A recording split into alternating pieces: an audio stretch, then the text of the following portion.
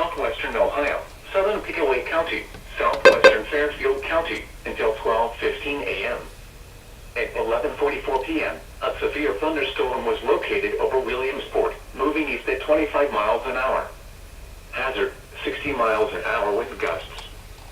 Source, radar indicated. Impact, expects damage to roofs, siding, and trees.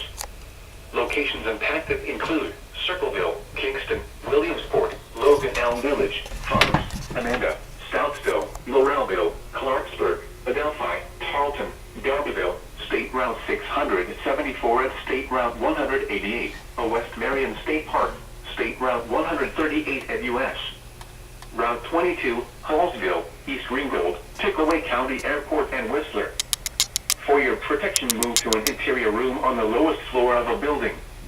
To report severe weather, go to our website at weather.gov/ILN and submit your report via social media when you can do so safely.